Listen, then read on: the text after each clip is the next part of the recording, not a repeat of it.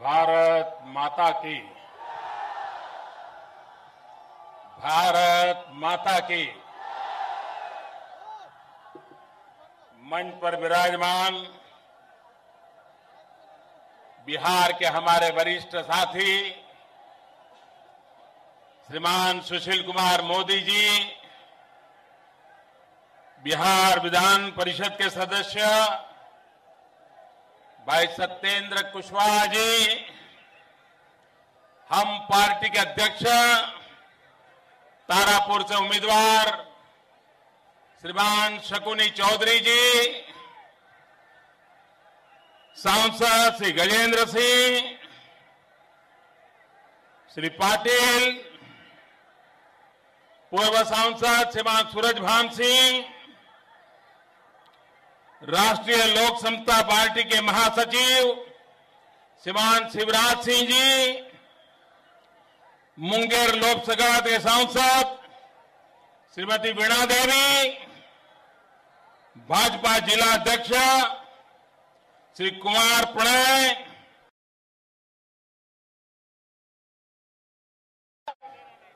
श्रीमान रणधीर सिंह, मुंगेर नगर निगम की मेयर श्रीमती कुमकुम देवी, मुंगेर नगर निगम की डिप्टी मेयर सुश्री बेबी चंकी। मैं चाहूंगा जिन विधायक उम्मीदवारों का नाम दूं मैं, एक के बाद एक जब मैं नाम दूं तो यहां जरा सबके सामने खड़े हो जाएंगे तो अच्छा रहेगा। सबसे पहले श्रीमान शकुनी चौधरी जी, सूर्यगढ़ के उम्मीदवार श्री प्रेम रंजन जी, भाजपा से लखीसराय के विधानसभा उम्मीदवार विजय कुमार सिन्हा जी, भाजपा मुंगेर के उम्मीदवार श्री प्रणव कुमार यादव जी, लोक जनशक्ति पार्टी जमालपुर विधानसभा हिमांशु कुंवर जी, श्री सुभाष चंद्र बोस जी, कोई रहे तो नहीं गए? बहुत बहुत धन्यवाद साथियों। सभी उम्मीदवारों को ये विराट जन समुदाय के आशीर्वाद मिले हैं और इस बात का सबूत है कि अब बिहार में क्या होने वाला है।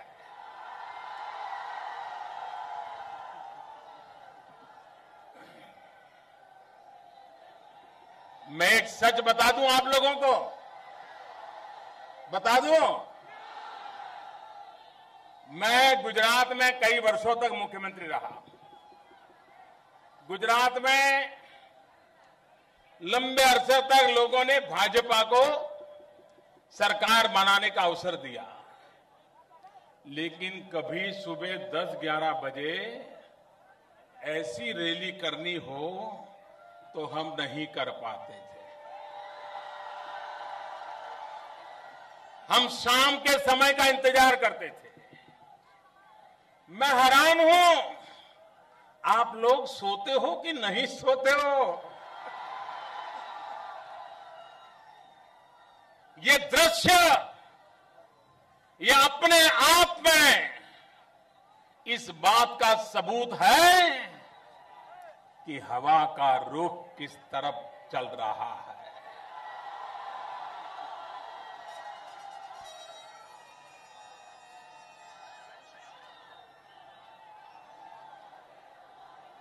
देश के पॉलिटिकल पंडितों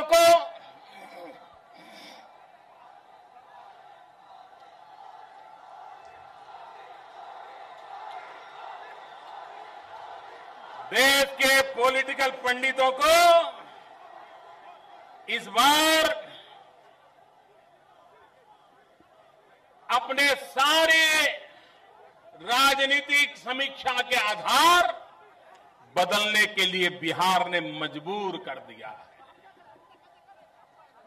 लंबे अरसे तक बिहार की राजनीति की चर्चा या तो कुछ नेताओं के इर्द गिर्द रहती थी या कुछ जातियों के इर्द गिर्द रहती थी।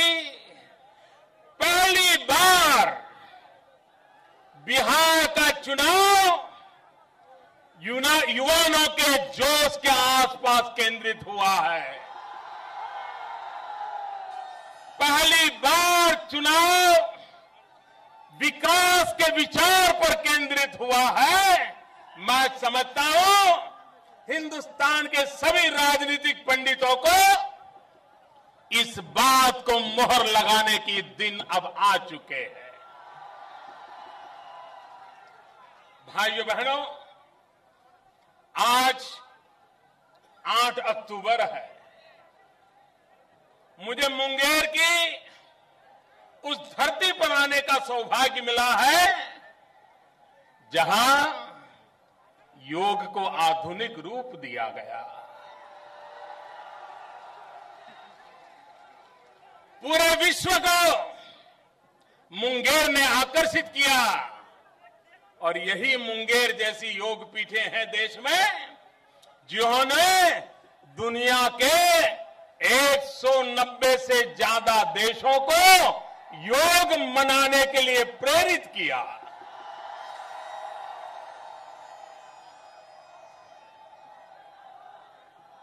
मैंने 8 अक्टूबर को याद इसलिए किया, 1979 8 अक्टूबर हमारे प्राण प्रिय नेता आदरणीय जयप्रकाश बाबू को हमने खो दिया था। जयप्रकाश नारायण का निधन 8 अक्टूबर 1979 को हुआ था। जयप्रकाश नारायण जी में मौत से भी मुकाबला करने की ताकत थी। उन्होंने अंग्रेजों के नाक को दम कर दिया था और आजादी के बाद वे सुशासन के लिए लड़ते रहे, भ्रष्टाचार से लड़ते रहे, देश के भविष्य को उज्जवल बनाने के लिए उन्होंने अपना पूरा जीवन खपा दिया था और संपूर्ण क्रांति का मंत्र लेकर के देश के नौजवानों में एक नई चेतना प्रगटाई थी। लेकिन जयप्रकाश बाबू को कोई कल्पना नहीं कर सकता था कि हमारे बीच से इतने जल्दी चले जाएंगे। लेकिन इसलिए गए कि आपातकाल में ये बहुत सारे नौजवान जिसका उस समय जन्म भी नहीं हुआ होगा, कांग्रेस पार्टी ने इस देश में आपातकाल लगाया था, हिंदुस्तान को जेल खाना बना दिया था। जयप्रकाश नारायण जी को जेल के सलाखों के पीछे धकेल दिया गया था और वहां से उनकी बीमारी आई जो आकर के उनको ले डूबी। और दुर्भाग्य देखिए, जो कभी जयप्रकाश नारायण के गीत गाते थे वही लोग उस कांग्रेस के साथ बैठे हैं जिस कांग्रेस ने जयप्रकाश बाबू को जेल के अंदर बंद करके रखा था। ये स्वार्थ की राजनीति नहीं है तो क्या है?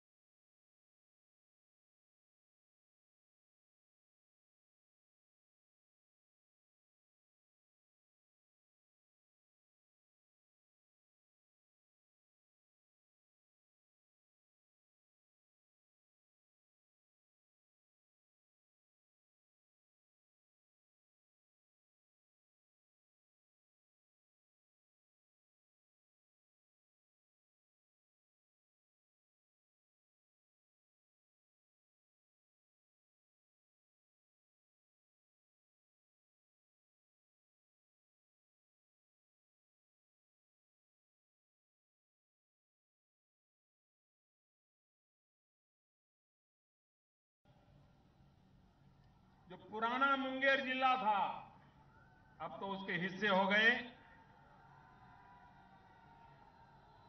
सिमराई में राष्ट्रकवि दिनकर का जन्म हुआ था और राष्ट्रकवि दिनकर की वो कविता जिसने पूरे देश के, हिंदुस्तान के नौजवानों को प्रेरित किया था, सिंहासन खाली करो कि जनता आती है। आज बिहार के शासकों को राष्ट्रकवि दिनकर की वो बात, इसी को लेकर के बिहार का नौजवान चल पड़ा है।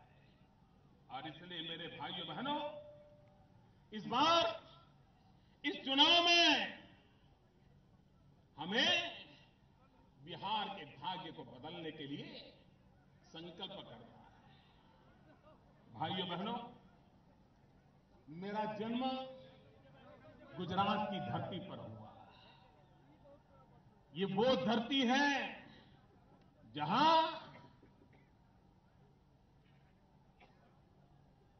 चरखाधारी मोहन महात्मा गांधी का जन्म हुआ था।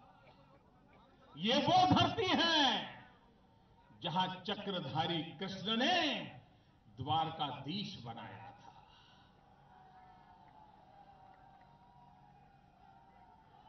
और देखिए, आज भी उस धरती पर द्वारकाधीश की परंपरा कैसी चल रही है।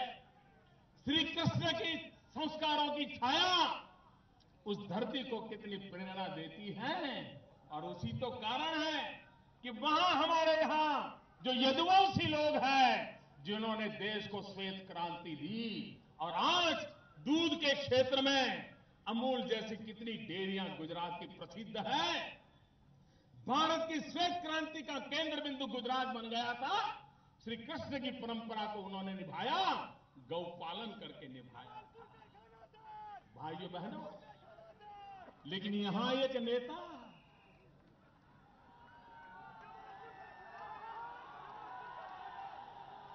क्या क्या खा गए, क्या क्या खा गए।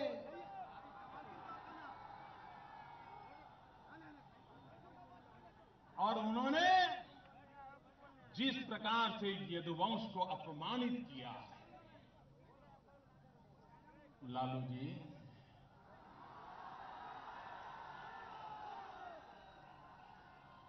चुनाव आते हैं जाते हैं, लेकिन आप ये मत भूलिए, यही यदुवंश के लोग थे जो आपके साथ खड़े रहे थे और तब जाकर के आपको सत्ता के सिंहासन तक जाने का अवसर मिला था। आज यदुवंश के लोग अगर आपको कोई सवाल करते हो तो आप उन पर क्या क्या आरोप लगाते हो। जो गंभीर आरोप उन्होंने लगाया है कि यदुवंशी क्या खाते हैं, ये यदुवंश का अपमान है कि नहीं भाइयों? ये बिहार का अपमान है कि नहीं है? और जब यदुवंश का गुस्सा भड़क गया, नौजवान इस अपमान के लिए मैदान में आए, तो वो कह रहे हैं कि मेरे भीतर शैतान प्रवेश कर गया।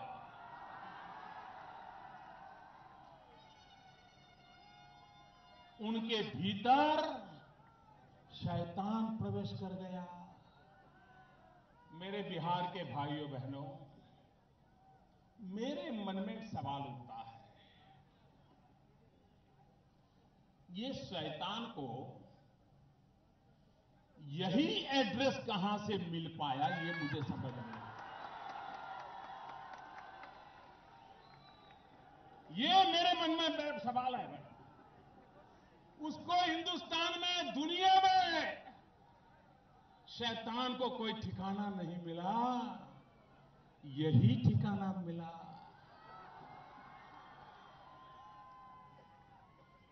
मुझे बताइए, आपके घर कभी शैतान आने की हिम्मत कर सकता है?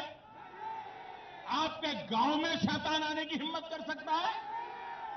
आपके मोहल्ले में शैतान आने की हिम्मत कर सकता है? आपके शरीर में कभी शैतान आ सकता है?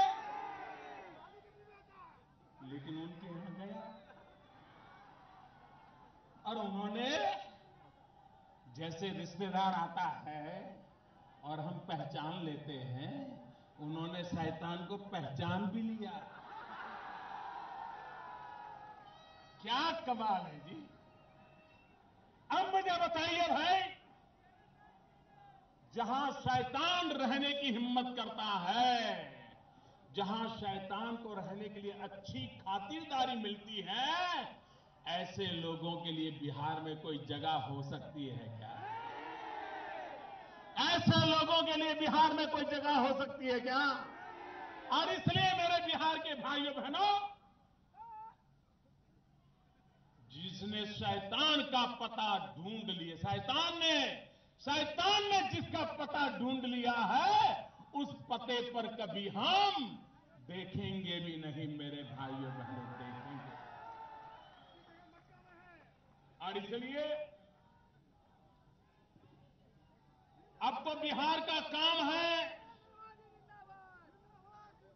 बिहार को बचाना, बिहार को आगे बढ़ाना। अब तक तो हम सोचते थे कि हमारी लड़ाई इंसानों से है। पहली बार पता चला कि इंसानों के अंदर शैतान पहुंच जाता है और वो हमारे पीछे पड़ा हुआ है। और इसलिए भाइयों बहनों, बिहार के भविष्य के लिए आप कल्पना कीजिए, बिहार में आजादी के बाद राज किसने किया? बताइए, किसने राज किया? 35 साल तक राज किया कांग्रेस ने, और 25 साल तक राज किया ये बड़े भाई छोटे भाई ने। 60 साल जिन्होंने ये 60 साल बिहार को लूटा है, अब वो आकर के एक स्वार्थ बंधन कर दिया है उन्होंने, और छोटा नहीं, महास्वार्थ बंधन। भाइयों बहनों, क्या बिहार को और अधिक बर्बाद होने देना है? बिहार की तबाही से बिहार को मुक्त कराना है?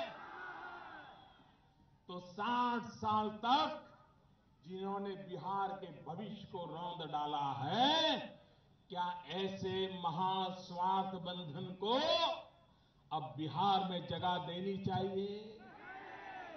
हमेशा हमेशा के लिए मुक्ति होनी चाहिए कि नहीं होनी चाहिए? और एक कांग्रेस पार्टी भी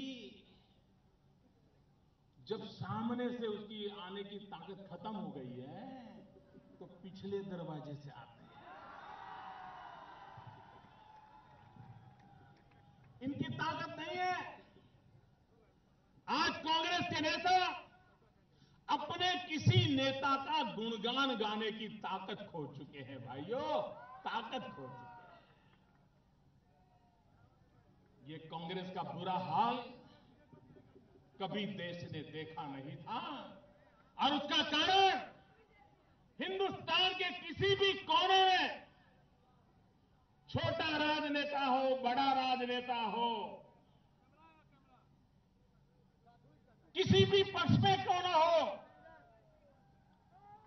किसी भी विचारधारा का क्यों न हो, लेकिन सार्वजनिक जीवन में अहंकार कितना विनाश करता है, उसका उदाहरण कांग्रेस पार्टी है। और भी अगर कोई अपने अंदर अहंकार पाल के बैठे हैं तो लख दें, ये जनता है, सब कुछ जानती है। ये जनता चुप रहती है, लेकिन समय आने पर चुन चुन करके हिसाब चुकता करती है। ये लोकसभा में कांग्रेस के अहंकार का क्या हाल हुआ, देश दुनिया ने देखा। इस बार बिहार के चुनाव में अहंकार कैसे पराजित होने वाला है, ये बिहार के नौजवान करके दिखाने वाले हैं। भाइयों बहनों, कभी कभी मैं सोचता हूं ये चुनाव सीधा सीधा दो बातों पर है। निर्णय आपको करना है, निर्णय आपको करना है। एक तरफ जंगल राज है और दूसरी तरफ विकास राज है। ये चुनाव जंगल राज और विकास राज के बीच की लड़ाई है। आप मुझे बताइए, जंगल राज चाहिए हमें फिर से? जंगल राज आने देना चाहिए? अभी भनक आ गई है। बिहार सरकार के खुद के आंकड़े, बिहार सरकार के खुद के आंकड़े जनवरी से महीने के आंकड़े कह रहे हैं कि बिहार का एक जो जंगल राज का सबसे बड़ा उद्योग लगा था, मालूम है ना जंगल राज में सबसे बड़ा उद्योग कौन सा था? जंगल राज का सबसे बड़ा उद्योग था अपहरण, किडनैप करना। डॉक्टर हो, इंजीनियर हो, व्यापारी हो, उठा के ले जाओ, फिरौती लो। पिछले जनवरी से जुलाई महीने के बीच बिहार सरकार ने जो आंकड़े घोषित किए हैं, उसके हिसाब से 4000 घटनाएं अपहरण की हुई है। 4000 निर्दोष लोगों को किडनैप किया गया, उठा करके ले जाया गया है। आप मुझे बताइए, क्या फिर से ये अपहरण के दिन आने देने हैं? आपको याद है, आने वाले दिनों में त्योहार के मौसम आ रहे हैं, चारों तरफ दुर्गा पूजा की धूम होगी, विजयादशमी का महोत्सव आएगा, रामलीला चलती होगी। आप में से बहुत लोग होंगे जिनका जन्म भी नहीं हुआ होगा या बहुत बचपन के दिन होंगे। मां कभी शाम को दुर्गा मंडप में जाना है तो रोकती थी कि बेटा अब सूरज ढलने वाला है, बाहर नहीं जा सकते, वो मां को यहीं से नमन कर लो, उत्सव में नहीं जा पाए। ये दिन थे कि नहीं थे? रामलीला हुआ करती थी, लेकिन शाम के समय रामलीला में जाने से लोग डरते थे, उनको लगता था पता नहीं क्या होगा। त्योहार के दिनों में कोई अगर नई गाड़ी खरीद ले तो बेचारे को चिंता रहती थी कि यहां के किसी नेता को पता चल गया तो उसके सारे चेले चपाटा करके आके गाड़ी उठा ले जाएंगे। गाड़ी भी जाएगी, पैसे भी जाएंगे, और मांगने जाऊंगा तो शायद जान भी चली जाएगी। भाइयों बहनों, ये दिन थे कि नहीं थे? ये दिन बिहार में देखे कि नहीं देखे? और इसलिए हम कहते हैं भाइयों, बिहार में ये चुनाव विकास राज के लिए होना चाहिए, न कि चुनाव जंगल राज के लिए होना चाहिए। और इसलिए मेरे नौजवान, मैं आपके आशीर्वाद लेने के लिए आया हूं।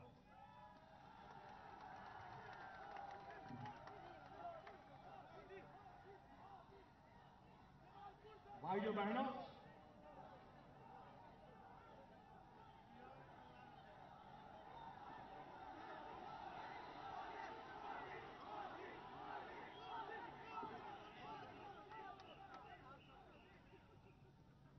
बिहार एक ऐसा प्रदेश है, कुछ इलाकों में इतना पानी है, जिस पानी के लिए हिंदुस्तान के बहुत इलाके तरसते हैं। और बिहार एक ऐसा प्रदेश है कि वहां लबालब जवानी भरी पड़ी है, नौजवान है।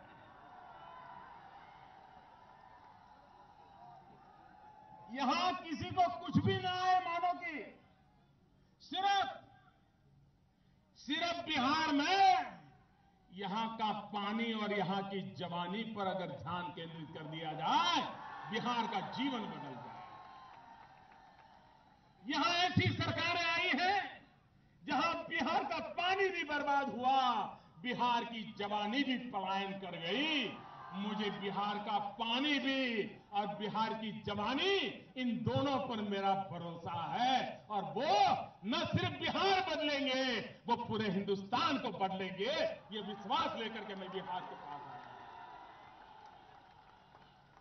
पानी का सही प्रबंध हो, जवानी को सही अवसर हो, देश कहां से कहां पहुंच जाएगा। लेकिन भाइयों बहनों, इन्होंने पानी आया गया सो गया। और हम तो जानते हैं बिहार में एक और उद्योग भी बड़ा चल पड़ा है, रेत की चोरी करने वाले। सारी नदियों का क्या हाल करके रखा है। नदी के किनारे पर रहने वाले लोग ये बालू चोरों के कारण कितने परेशान हैं, वो यहां के लोग भली भांति जानते हैं। पानी तो नहीं बचा, बालू तक नहीं बचने दी इन लोगों ने, और बिहार की बर्बादी का एक कारण बने हुए हैं। और इसलिए मेरे भाइयों बहनों, यह आवश्यक है कि हमें यहां विकास की ओर ध्यान केंद्रित करना है। मैं जरा पूछना चाहता हूं इन नेताओं से जो आए दिन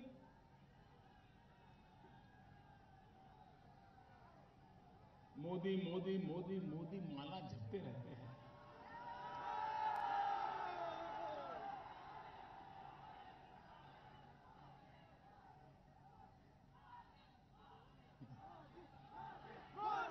आपका प्यार अलग है। आप मोदी मोदी बोलते हो और उनकी नींद खराब होती है।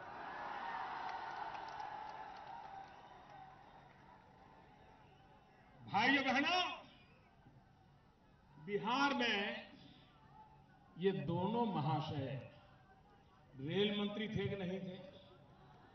रेल मंत्री थे कि नहीं थे? बताइए। इतने साल रहे कि रेल मंत्री नहीं रहे? कोई मुझे बताएं, मुंगेर के पुल का काम पूरा कर पाए कि नहीं कर पाए? ये पूरा होना चाहिए कि नहीं होना चाहिए? उन्होंने किया?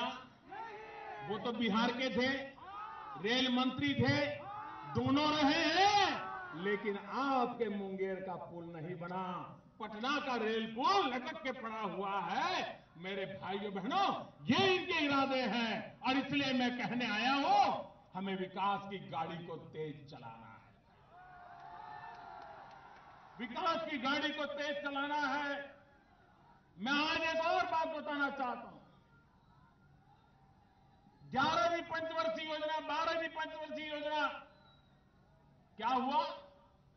आपको मेरे भाइयों बहनों, यहां के मुख्यमंत्री जी ने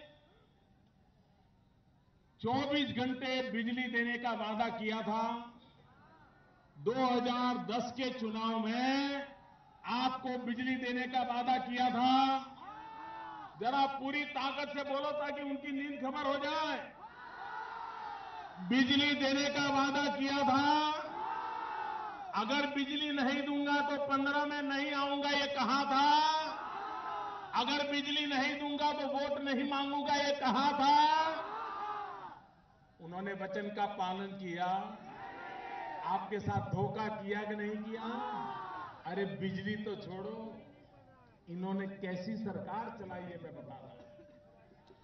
11वीं पंचवर्षीय योजना और 12वीं पंचवर्षीय योजना, इस समय बिहार को गांवों में बिजली के लिए 8,215 करोड़ रुपया दिल्ली से मिले।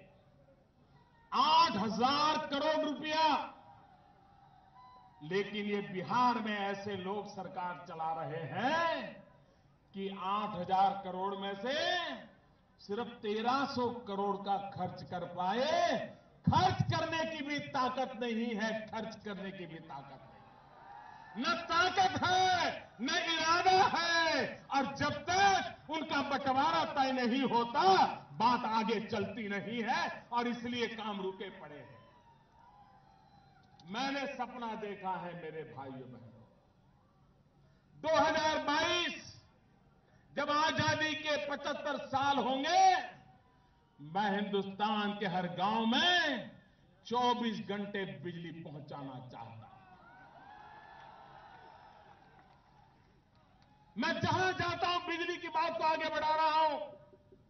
और एक बार बिजली आती है तो सिर्फ दिया जलता ऐसा नहीं है, पूरी जिंदगी रोशन हो जाती है दोस्तों, एक पीढ़ी रोशन हो जाती है, रोजगार मिलते हैं, अच्छी शिक्षा मिलती है, कारखाने आने लगते हैं, किसान को अपनी प्रोडक्ट का मूल्य वृद्धि का अवसर मिलता है। और इसलिए बिजली को आगे बढ़ाना, बिजली से जीवन में सुधार लाना एक बहुत बड़ा काम हमने बीड़ा उठाया है और काम तेजी से आगे बढ़ रहा है। पिछले 30 साल में जितनी बिजली पैदा नहीं होती थी, उतनी बिजली एक साल में आकर के हमने करके दिखाई है भाइयों। अगर काम करने वाली सरकार हो, कैसे होता है ये हमने करके दिखाया है। और ये जंगल राज कैसा है, मैं एक उदाहरण देना चाहता हूं, मैं आपको याद कराना चाहता हूं। जनवरी 2014, याद कीजिए मेरे भाइयों बहनों, जनवरी 2014, सुकराबाद पुलिस स्टेशन, जनवरी 2014 सुकराबाद पुलिस स्टेशन, 70 साल के एक वृद्ध श्री देविका चौधरी जी, पुलिस उनको उठा करके ले गई। क्यों ले गई? बिजली का बिल जूठा आया और उसको लेकर के, बिजली तो आई नहीं, बिजली का बिल आ गया। और सुकराबाद पुलिस स्टेशन थाने में 70 साल की आयु के देविका चौधरी को ऐसा मारा गया, ऐसा पीटा गया कि 70 साल के देविका चौधरी की मौत हो गई। भाइयों बहनों, पुलिस थाने में बुला करके निर्दोष लोगों को मारने का कारोबार चला, लेकिन इन नेताओं को कोई चिंता नहीं थी। और इसलिए मैं कहने आया हूं भाइयों बहनों कि ऐसी सरकार जो यहां के समाज जीवन को तबाह कर रही है, इससे बिहार को बचाना है। हमारी सरकार ने 1,65,000 करोड़ रुपया बिहार के विकास के लिए पैकेज घोषित किया। उनको इससे भी बुरा लग गया। अब ये कोशिश करने लग गए कि पैकेज न मिले। मेहरबान, अब बिहार की जनता पैकेज रोकने के लिए आपको अवसर देने वाली नहीं है। आप ऊपर से नीचे पटक के आ जाओ 10 बार, बिहार की जनता 1,65,000 करोड़ का विकास पैकेज को रोकने के लिए अब आपको मौका नहीं देने वाली है, क्योंकि बिहार को विकास चाहिए। बिहार को 1,65,000 करोड़ रुपयों से विकास की योजनाएं चाहिए भाइयों। और हमने गोल गोल बातें नहीं की है। 1,65,000 करोड़ रुपया जो हमने कहा है, बिल्कुल एक एक चीज लिख करके कहा है, जिम्मेवारी के साथ कहा है। मुंगेर में पुल बनाना 2,300 करोड़ रुपया, national highway 80 Munger Mirza Chowki section को 4 लेन करना 1,200 करोड़ रुपया, किऊल गया रेलवे लाइन 123 किलोमीटर 1,300 करोड़ रुपया, Kiul Tilaiya rail line electrification 87 kilometre 85 crore रुपया, 3 पहाड़ राजमहल सहित अम्मापाली हाट, किऊल 3 पहाड़ राजमहल सहित किऊल रेलवे लाइन का electrification, Bonidanga link, Bonidanga Barharwa Sahibganj Kiul section का भाग 247 किलोमीटर और करीब करीब 280 करोड़ रुपया। 1,65,000 करोड़ रुपया मुंगेर को क्या मिलेगा, किस गांव को क्या मिलेगा, किस जिले को क्या मिलेगा, किस योजना के लिए मिलेगा, उसका पूरा खाका बना करके घोषित किया है और दिल्ली सरकार इसको पूरा करने के लिए प्रतिबद्ध है। हमें मौका दीजिए भाइयों। बिहार में मुझे रोड बनाने हैं, शिक्षा का काम करना है, आरोग्य का काम करना है, बिजली का काम करना है, पानी का काम करना है, नदियों का काम करना है, किसानों के कल्याण का काम करना है। सिर्फ एक काम कर दीजिए आप एक काम दे दीजिए, ये जो रुकावट करने वाली सरकार है उसको हटा दीजिए, ये रोड अटकाने वाले लोगों को हटा दीजिए। और अब बिहार में कि यहां आकर के शैतान बैठना नहीं चाहिए। अब शैतान को बिहार नहीं, हिंदुस्तान में कहीं पर भी ठिकाना नहीं मिलना चाहिए। इसलिए आपको मैं आग्रह करता हूं कि भारी मात्रा में मतदान करिए। एनडीए के हमारे सभी साथी दलों के साथ भारतीय जनता पार्टी समेत हमारे साथी दलों को विजयी बनाइए। मेरे साथ दोनों मुट्ठी बंद करके पूरी ताकत से बोलिए, भारत माता की। आवाज ऐसी तेज चाहिए, पता चलना चाहिए मुंगेर से आवाज उठी है। भारत माता की, भारत माता की, भारत माता की। सभी नेताओं को आगे आने के लिए मेरा प्रार्थना है, शिशु जी आइए। भारत माता की, भारत माता की, भारत माता की। बहुत बहुत धन्यवाद मुंगेर वासियों।